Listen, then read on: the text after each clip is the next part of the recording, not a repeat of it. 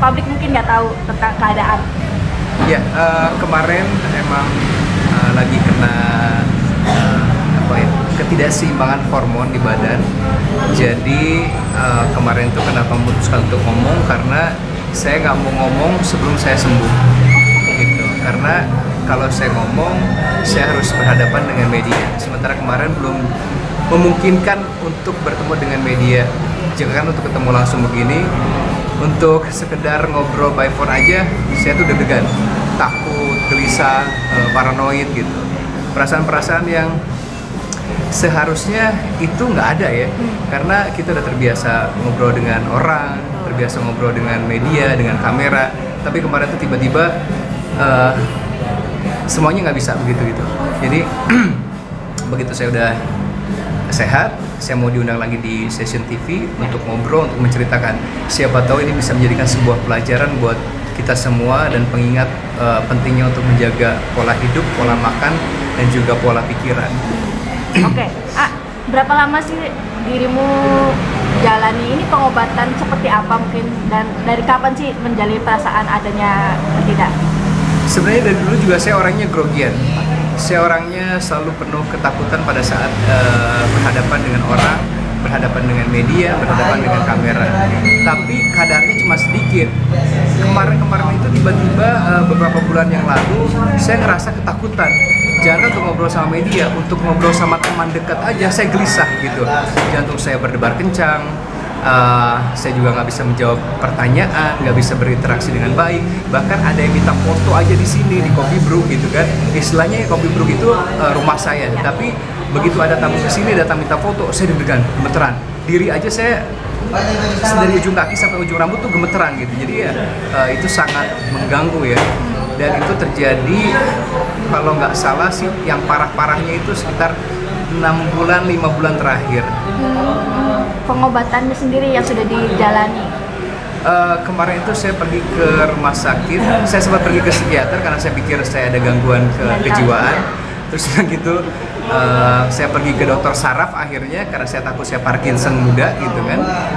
Tapi ternyata dokter sarafnya bilang kalau dilihat dari gejala saya penurunan berat badannya cukup signifikan, ada 10 kg saya turun, kayaknya sepertinya saya kena tiroid dan dianjurkan untuk cek darah, dan akhirnya setelah cek darah hasilnya memang hipertiroid dan dirujuk ke dokter spesialis tiroid dan sekarang lagi dalam tahap pengobatan. Jadi setiap hari harus ada obat yang diminum, tapi cuma 2 jenis ya. Untuk menstabilkan tiroid sama untuk jantung. Berarti itu ya dulu ya, dengan kondisi tubuh Indra yang turun drastis, yang sempat turun banget, sempat heboh itu kan ya, yang sempat banyak bulian, sempat banyak komen negatif. Itulah akhirnya pada saat berita itu muncul dan orang berspekulasi saya pakai obat-obatan, terus saya kena penyakit menular, HIV, begitu gitu. Saya pada saat itu masih belum tahu karena saya pikir saya dalam fase lagi berduka karena baru ditinggal sama mama ya. Terus juga saya capek menyiapkan persiapan Coffee Brew ini karena yang motong meja-meja kayu-kayu ini kan saya sendirian, dibantu sama ponakan sama adik ipar gitu. Jadi mungkin karena saya kecapean, itu saya lagi rajin, waktu itu rajin lagi Muay Thai, saya rajin lagi sepedaan. Jadi saya pikir karena kecapean dan rasa kehilangan, tapi karena gemeterannya sekarang tuh nggak terkontrol, akhirnya saya memberanikan diri untuk ke dokter untuk periksa. Itu berarti sampai detik ini pun masih rutin bolak-balik dokter atau sudah? Seharusnya saya check up lagi minggu lalu ya, cuma saya masih belum sempat karena saya ngerasa badan saya udah setidaknya tidak gemeteran dan saya bisa berinteraksi dengan orang lain, itu buat saya udah cukup ya. Tapi saya harus ke dokter lagi untuk memeriksakan dan meminta saran lagi gimana langkah selanjutnya. Mas, ada perubahan di dalam diri nggak sih? Sejak kena tiroid, perubahannya adalah saya nggak bisa ngobrol dengan orang, saya takut. Bahkan ngobrol untuk sama teman-teman dekat tuh saya nggak bisa ngobrol. Selalu gelisah, selalu jantungnya berdebar-debar. Ada perasaan-perasaan yang aneh ya gitu. Jadi kayak ngobrol sama orang asing yang kita nggak kenal dan takut aja bawaannya. Sama berat badan langsung turun drastis.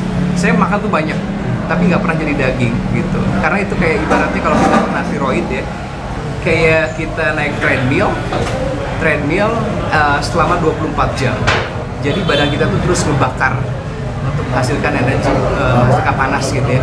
Jadi ya itulah yang terjadi. Makanya sebanyak apapun makan, badan tetap kurus. Tapi udah mulai dirasakan ketakutan terhadap orang lain tuh sejak kapan sih? Mulai menyadari? Yang parah-parahnya itu sejak kayaknya 4 bulanan ya. Begitu kita mengundang food blogger ke sini untuk membuat sebuah konten di Coffee Brew, terus saya tiba-tiba diajak syuting. Pas saat syuting itu saya gemeteran. Nah gini, kenapa saya begini ya? Terus saya tanya sama asisten, bos katanya grogi. Iya, groginya kenapa? Kenapa gue harus grogi gitu? Karena sudah terbiasa kan? Karena harusnya kan udah terbiasa. Kalaupun kita grogi pasti akan ada alasannya. Apakah karena kita nggak bisa ngelakuin itu? Apakah karena kita merasa terintimidasi dengan lawan syuting? Apakah dia lebih terkenal? Apakah dia lebih apa? Harus ada alasannya. Ini nggak ada alasan sama sekali.